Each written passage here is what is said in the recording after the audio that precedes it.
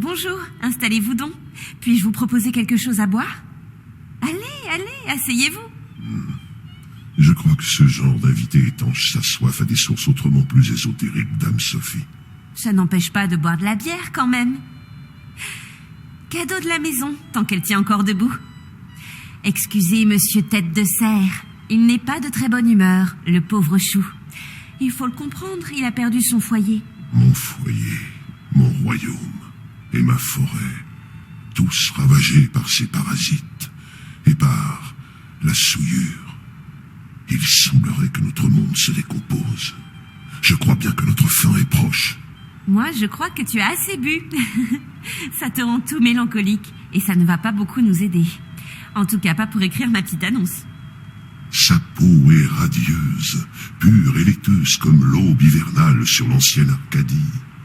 Elle est l'Ève née de la terre et non de l'homme, potelée comme un fruit mûr, fertile comme du bon terreau.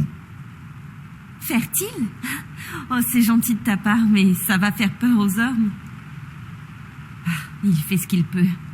Au moins, ça le distrait. Et moi aussi, d'ailleurs, en ces temps de morosité et de doute. J'aimerais bien sortir un peu, un de ces jours. Mais même si je pouvais partir tout de suite, je ne le ferais pas. C'est semblable. Ils ont besoin de nous, pour croire en eux, pour nous souvenir et nous battre. C'est bien tout ce qu'il leur reste. Ces champs, ces forêts et ces montagnes. Ils n'ont nulle part où aller. Le reste du monde n'est pas fait pour eux. Ce lieu ne sera bientôt plus. Dès à présent, les miens abandonnent nos terres sacrées. Seuls les morts s'unissent encore à la terre et la maladie se répand. Le pouvoir de la forêt décline, et une ombre s'étend peu à peu sur nous. Ici, ça a toujours été un endroit spécial. Il est gorgé de magie.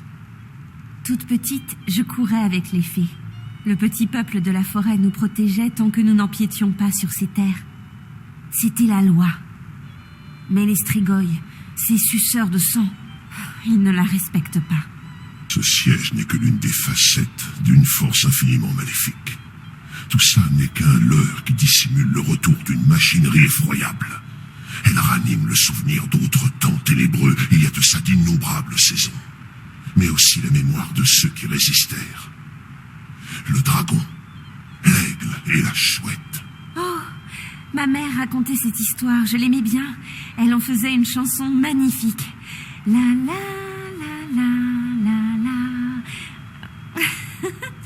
J'ai bien peur de ne pas connaître les paroles dans votre langue. Les soirs de karaoké, je ne fais qu'écouter. Et ça semble arranger tout le monde. Les forces des ténèbres n'ont jamais été aussi puissantes. Et ceux qui peuvent s'y opposer sont affaiblis par les siècles, mais aussi par l'oubli, l'amertume ou encore l'étreinte du tombeau. Peu importe que les tiens arrivent en grand nombre, équipés d'armes en acier et de magie moderne, vous serez incapables de vaincre ce mal, si eux ne vous aident pas. La chouette, l'aigle et le dragon? Les dragons se sont éteints il y a longtemps.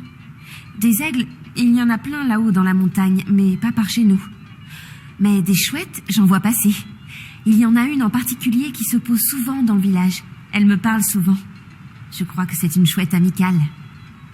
Alors, qu'est-ce que tu as écrit d'autre? Sa poitrine est douce comme... Oh, mon Kern, je crois qu'il faut vraiment que j'arrête de te servir à boire.